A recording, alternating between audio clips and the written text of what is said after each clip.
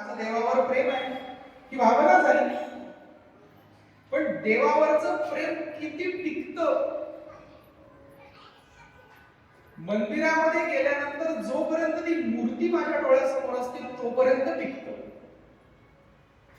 डोळ्यासमोरून मूर्ती गेली की आपल्याला आपले बाकीचे सगळे प्रपंच आठवायला लागतात.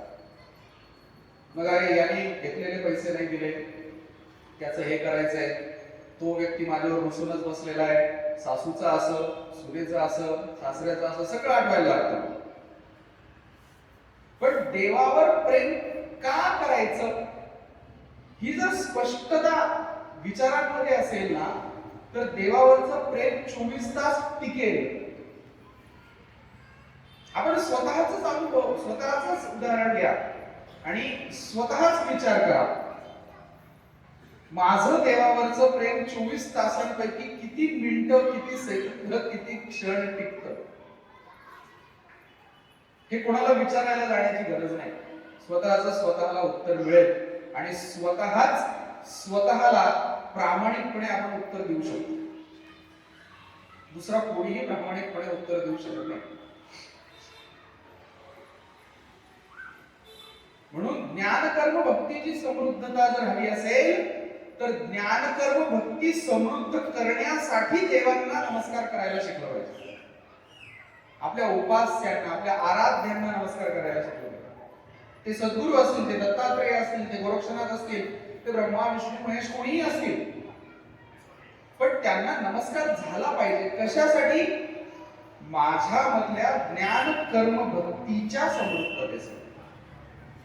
म्हणून आपण ही पद्धत जी शास्त्राने सांगितलेली आहे, मूर्तीचं दर्शन घ्या म्हणजे भक्ती समृद्ध होईल, चरित्राचं दर्शन घ्या म्हणजे आपल्याला कसं जगायचं याचे धडे मिळतील आणि आपलं कर्म समृद्ध होईल. आणि त्यांची जी शिकवण आहे म्हणजे त्या देवतेचे जे ग्रंथ आहेत त्या ग्रंथांचं दर्शन घ्या, ते ग्रंथ समजून घ्या म्हणजे आपला ज्ञानाचा पाया सुद्धा पक्का होईल. ज्ञान कर्म भक्ती अस्तित्वाचे अविभाज्य अंग आहेत हे वाक्य कोरून घ्या आपल्या अंतःकरणामध्ये प्रत्येकाने. मान्य आहे की याच्यापैकी कुठली तरी एक बाजू उत्कट असू शकते. जसं आपण जर मीराबाईंचं उदाहरण घेतलं तर भक्ती उत्कट आहे, अर्जुनाचं उदाहरण घेतलं तर कर्म उत्कट आहे, शंकराचार्यांचं उदाहरण घेतलं तर तीनही उत्कट आहेत. ज्ञानही उत्कट आहे, कर्मही उत्कट आहे, भक्तीही उत्कट आहे. शंकराचार्यांच्या मध्ये कोणतं एक जास्त सरस आहे असा विचारच करता येत नाही. कारण शंकराचार्यांचं जीवनच मुळात अलौकिक होतं. शंकराचार्यांचं जगणं हे वैदिक संस्कृतीवर झालेले उपकार आहेत. आणि हे उपकार जर आपण विसरलो तर आपल्याला क्षमा नाही. इतिहास आपल्याला क्षमा करणार नाही, संस्कृती आपल्याला क्षमा करणार नाही. म्हणून आपण मंगलाचरणामध्ये त्यांना सुद्धा नमस्कार करतो. श्रुती स्मृती पुराणानाम आलयम करुणालयम नमामि भगवत्पादं शंकरं लोकशंकरं.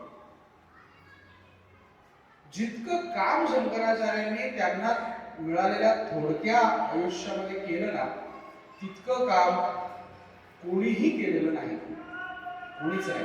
म्हणून त्यांना हा नमस्कार झालाच पाहिजे. ह्या भावनेने आपण हे जे ज्ञानसत्र याला म्हणा, ज्ञानयज्ञ म्हणा, हे जे सुरू केलेलं आहे त्यासाठी म्हणून आपण दत्तांचं दर्शन तत्वज्ञानाच्या अनुषंगाने कसं घ्यायचं याच्यासाठी म्हणून एक दत्तग्रंथ निवडला. आणि या दत्तग्रंथावर आपण चर्चा करायला कालपासून सुरुवात केलेली आहे. त्या दत्तग्रंथाचं नाव आहे दत्त अनसूया संवाद. भगवान दत्तात्रेय आणि त्यांची माता अनसूया यांच्यामध्ये काय संवाद झाला, अनसूयेने मातेने कोणकोणते प्रश्न विचारले आणि भगवान दत्तात्रेयांनी त्याला कशी कशी उत्तर दिलेली आहेत, ह्या चर्चेला काल आपण सुरुवात केली होती. काही प्रश्न अनसूयेचे आपण पाहिले होते. त्याआधी अनसूयेचं केलेलं भगवंताने कौतुक पण आपण पाहिलं होतं. मातेचं कौतुक केलेलं आहे भगवंताने की तू किती छान प्रश्न विचारलेस. त्यानंतर प्रश्नाचंही कौतुक केलेलं आहे. प्रश्नाचं कौतुक करताना भगवान दत्तात्रय म्हणतात की मला माहिती नव्हतं तू एवढी ज्ञानी आहेस म्हणून. तुझ्याकडे इतकं ज्ञान आहे मला माहितीच नव्हतं. आता ते मला कळालं. पण हे सगळं तू जगदोद्धाराच्या अपेक्षेनेच करतेयस हे पण मला माहिती आहे. जगदोद्धाराची अपेक्षा, तुला स्वतःच्या उद्धाराची अपेक्षा नाही, कारण तुला त्याची गरज नाही.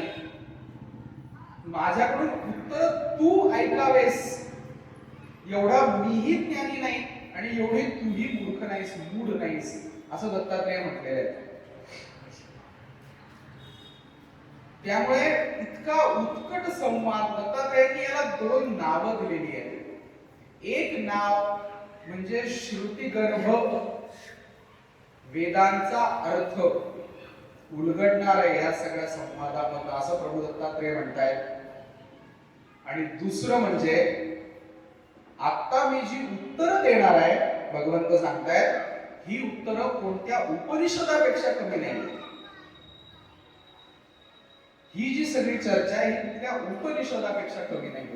म्हणून आपण ज्याच्यावर चर्चा करतोय तो वेदांच्या अर्थाचा प्रकाश आहे. आपण जे चर्चा करतोय ते उपनिषद.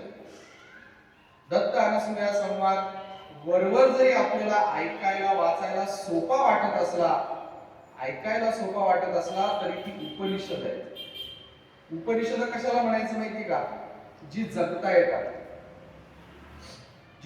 येतात, ती उपनिषद. बाकी उपनिषदांचे शास्त्राने दिलेले अर्थ खूप आहेत. बाकी उपनिषदांचे तत्वज्ञानाच्या अनुषंगाने व्याख्या खूप आहेत. पण आपल्याला सोपं समजून घ्यायचं आहे. आपल्याला चर्चाच अशी करायची आहे की जी आपण जगू शकतो. फक्त कानसेन व्हायचं नाहीये आपल्याला. ऐकायचं आणि सोडून द्यायचं हा आपल्या चर्चेचा उद्देश नाही.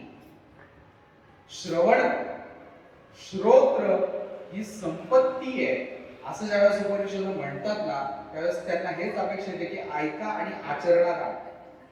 श्रोत्र संपत्ती आहे. संपत्ती मिळण्याचं कारण श्रोत्र आहे हे आपण पहिल्याच दिवशी पाहिलं होतं.